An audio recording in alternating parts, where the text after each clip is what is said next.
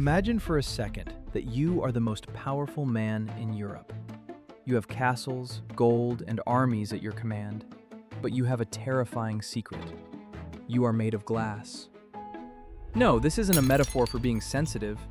You are physically, literally convinced that if someone touches your shoulder or if you sit down too quickly, you will shatter instantly into pieces. Paris, 1392. King Charles VI is riding through a forest. Suddenly, he draws his sword and turns on his own knights. He screams that he's been betrayed. But that was just the beginning of a terrifying belief. Soon, the king refuses to let anyone touch him. He orders his tailors to sew thick iron rods into his clothing. Why?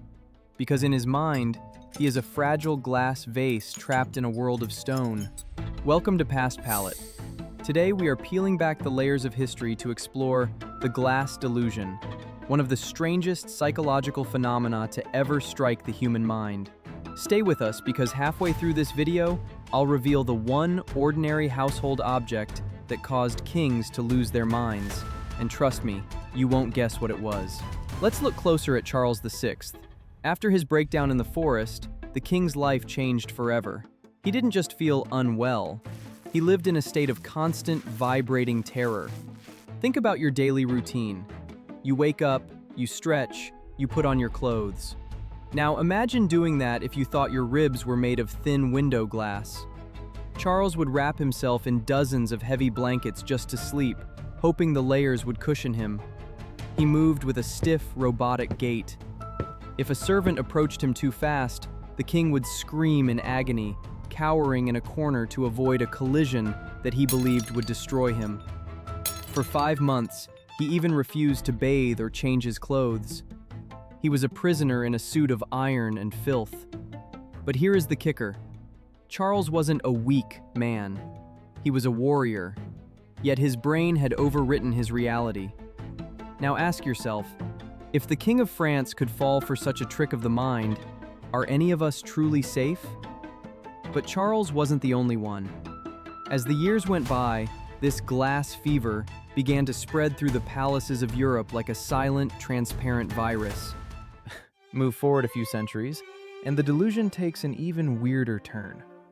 Meet Princess Alexandra of Bavaria. She was brilliant, well-educated, and lived in a stunning palace. But visitors noticed something odd. Alexandra always walked through the corridors sideways, pressing her back against the walls and moving with extreme caution through doorways. Why? Because she was absolutely certain that as a child, she had swallowed an entire glass grand piano. Stop for a moment and try to visualize that. Every time she moved, she felt the weight of a musical instrument inside her stomach. She could hear the imaginary keys rattling. She lived her life in a permanent sideways shuffle, terrified that the piano would strike a door frame and shatter her from the inside out. And she wasn't alone. Historical records are full of these cases. There was an officer in the French army who refused to sit down for years because he thought his bottom was made of glass. He stood through meetings, stood through meals, and probably slept standing up. But why glass? Why didn't they think they were made of wood, or gold, or stone? Gold is more valuable, right? There is a very specific, almost scientific reason for this choice of material. Now here is the mystery I promised to solve. Why did this madness only happen to the rich? You never hear about a peasant thinking he's a glass bottle. Farmers were too busy plowing fields to worry about being fragile. The glass delusion was a luxury illness.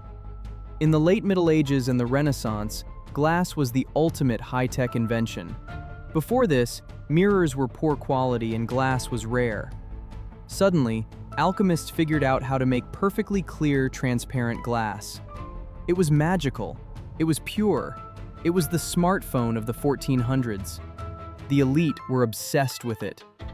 And because it was the most impressive thing they had ever seen, their brains began to project its qualities onto themselves. They saw themselves as clearer and purer than the common people. But being pure also meant being breakable. Does this sound familiar? Think about how we talk today. We talk about our brains being hardwired like computers. We talk about recharging our batteries. We always use the latest technology to describe our souls. Back then, that technology was glass. But as this obsession grew, the medical world had to step in. And let me tell you, the cures they came up with were just as insane as the disease. In the 16th century, doctors didn't have therapy or pills. They believed in shock. If you think you are glass, the doctor's job was to prove you are not, by force. One famous story tells of a man who believed his lower body was made of glass. He hadn't sat down in over 3 years. His doctor decided to perform a radical experiment. The doctor forced the patient to sit on a pile of straw. Then, he set the straw on fire. The logic was simple. The fear of the fire itself had to be stronger than the fear of breaking. As the flames grew closer, he didn't shatter. He didn't break into pieces. He jumped up and ran for his life. The doctor shouted, "Look! You're running! Your glass didn't crack!" Did it work? Well, for a moment, the man was shocked into reality. But here's the problem with the human mind. It's incredibly stubborn. Many of these patients simply decided they were a new kind of fireproof glass and went right back to their delusions. What would you do in that situation? Would you believe your eyes? Or would you believe the voice in your head telling you that you're about to break?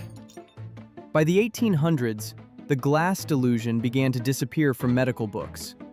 It vanished as quickly as it had arrived. Why? Because glass became common. It was no longer a high-tech miracle. The story of the Glass King isn't just a weird footnote in history. It's a reminder that our reality is only as strong as our thoughts. Thank you for watching and welcome to the channel.